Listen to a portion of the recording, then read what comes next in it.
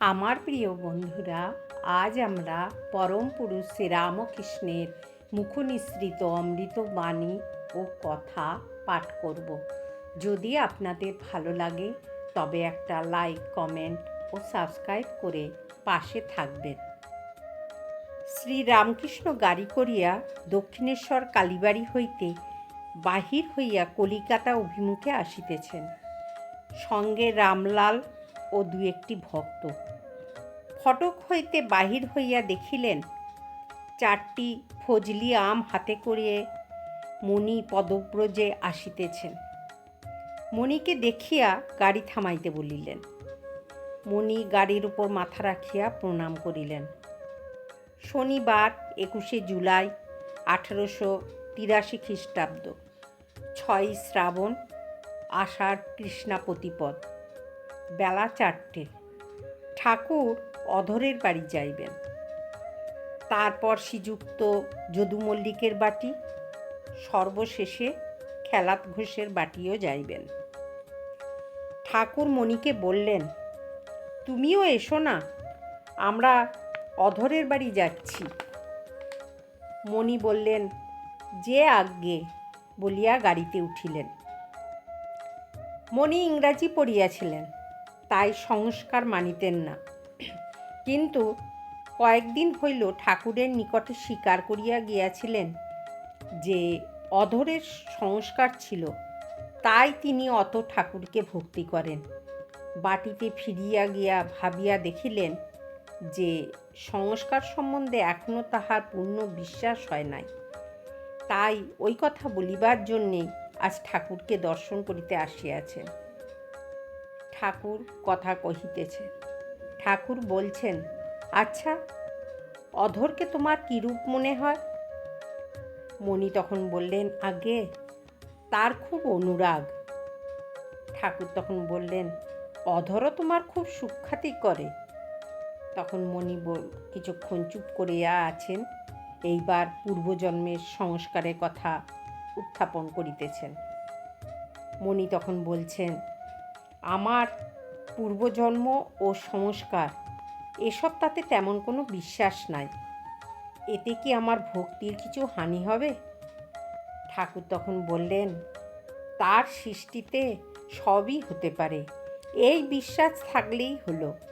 আমি যা ভাবছি তাই সত্য, আর সকলের মত মিথ্যা, এইরূপ ভাব আসতে দিও না। তারপর তিনিই বুঝিয়ে দেবেন।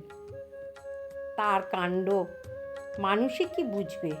অনন্ত কাণ্ড। তাই আমি ওসব বুঝতে আদপে চেষ্টাই করি না। শুনে রেখেছি তার সৃষ্টিতে সবই হতে পারে, তাই ওসব চিন্তা না করে কেবল তারই চিন্তা করি। হনুমানকে জিজ্ঞাসা করেছিল, আজ কি তিথি? হনুমান বলেছিল, আমি তিথি নক্ষত্র জানি না, কেবল এক রাম চিন্তা করি। তার কাণ্ড কি কিছু বোঝা যায়গা? কাছে যে তিনি, অথচ বোঝবার জো নাই। বলরাম শ্রীকৃষ্ণকে ভগবান বলে জানতেনই না। মণি তখন বললেন, আগে হ্যাঁ, আপনি ভীষ্মদেবের কথা যেমন বলেছিলেন। ঠাকুর তখন বললেন, হ্যাঁ হ্যাঁ, কি বলেছিলাম বলো দেখি। তখন মণি বললেন, ভীষ্মদেব সরসজ্জায় কাঁদছিলেন।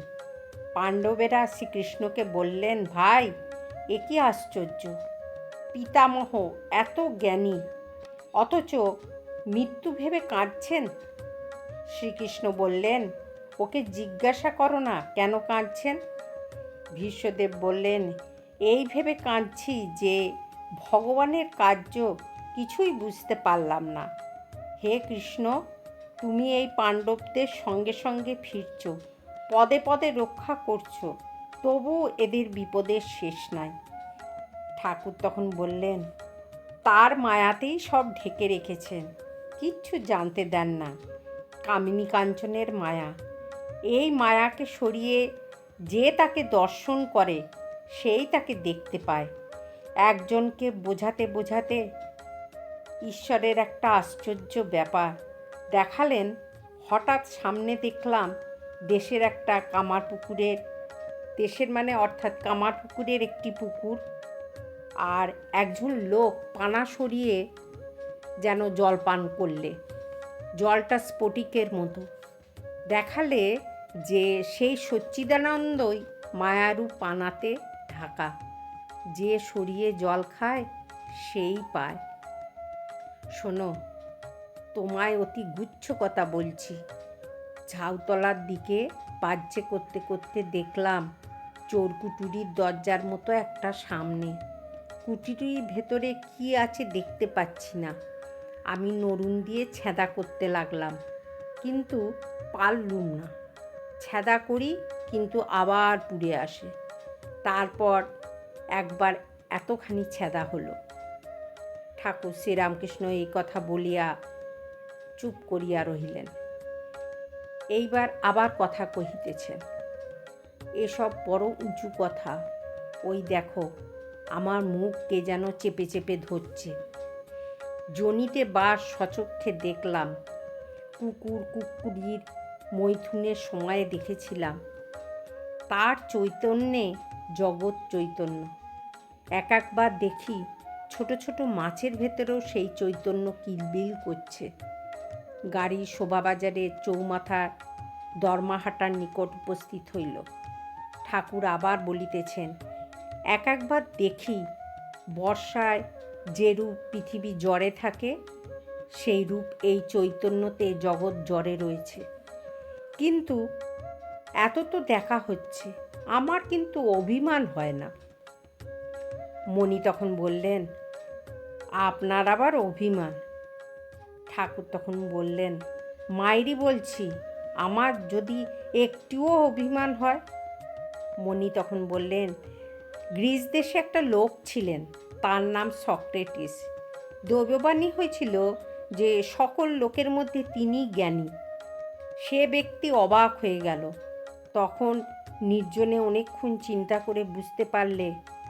তখন সে বন্ধুদের বললে, আমি কেবল বুঝেছি যে আমি কিছুই জানি না, কিন্তু অন্যান্য সকল লোকে বলছে আমাদের বেশ জ্ঞান হয়েছে, কিন্তু বস্তুত সকলেই অজ্ঞান।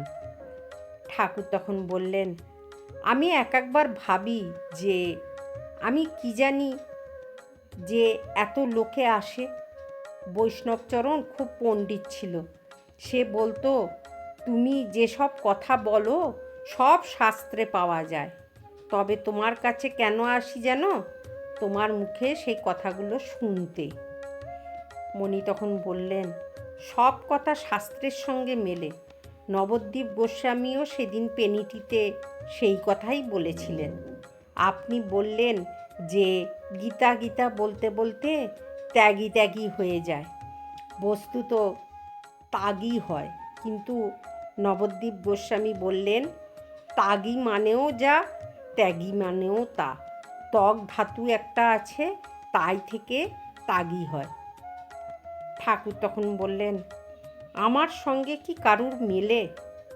কোন পণ্ডিত কোন কি সাধুর সঙ্গে? মণি তখন বললেন, আপনাকে ঈশ্বর স্বয়ং হাতে গড়েছেন, অন্য লোকেদের কলে ফেলে তয়ের করেছেন। যেমন আইন অনুসারে সব সৃষ্টি হচ্ছে। ঠাকুর তখন সহাস্যে রামলালকে বললেন, ওরে বলে কি রে? ঠাকুরের হাস্য আর থামে না। অবশেষে বলিতেছেন, মায়েরই বলছি, আমার যদি একটুও অভিমান হয়। মণি তখন বললেন, বিদ্যাতে একটা উপকার হয়, এইটি বোধ হয় যে আমি কিছু জানি না, আর আমি কিছুই নই। ঠাকুর তখন বললেন, ঠিক ঠিক, আমি কিছুই নই, আমি কিছুই নই। আচ্ছা, তোমার ইংরাজি জ্যোতিষে বিশ্বাস আছে?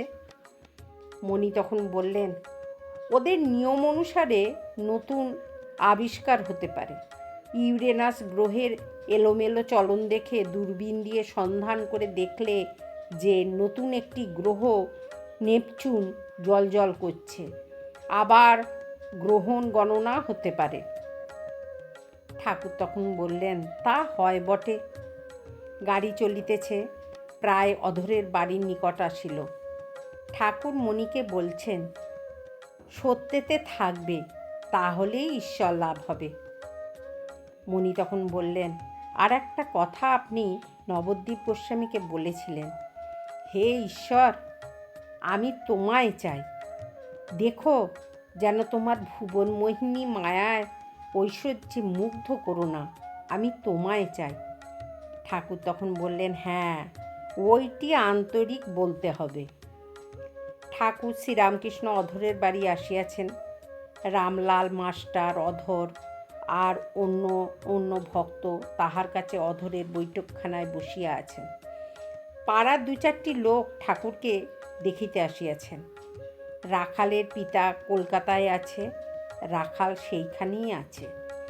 ঠাকুর তখন অধরকে বললেন, কই, রাখালকে খবর দাও নাই কেন?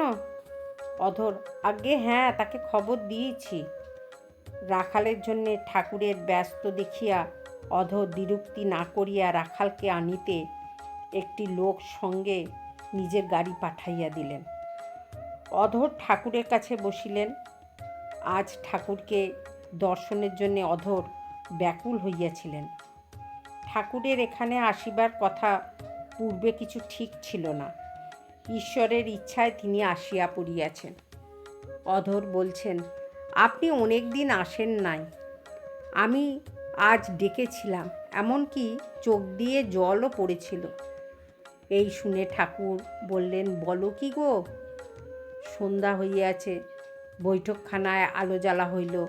ঠাকুর জোর হস্তে জগৎমাতাকে প্রণাম করিয়া নিঃশব্দে বুঝি মূল মন্ত্র জপ করিলেন। তারপর মধুস্বরে নাম করিতেছেন, বলিতেছেন, গোবিন্দ গোবিন্দ সচ্চিদানন্দ হরি বল হরি বল। নাম করিতেছেন, আর যেন মধু বর্ষণ হইতেছে। ভক্তেরা অবাক হইয়া সেই নামসুধা পান করিতেছেন। বন্ধুরা, আজ এই পর্যন্ত, আবার আমরা আগামীকাল পড়ব। আপনারা শুনবেন, কিন্তু খুব ভালো লাগবে, মন প্রাণ আনন্দে পরিপূর্ণ হয়ে যাবে। জয় ঠাকুর, জয় মা, জয়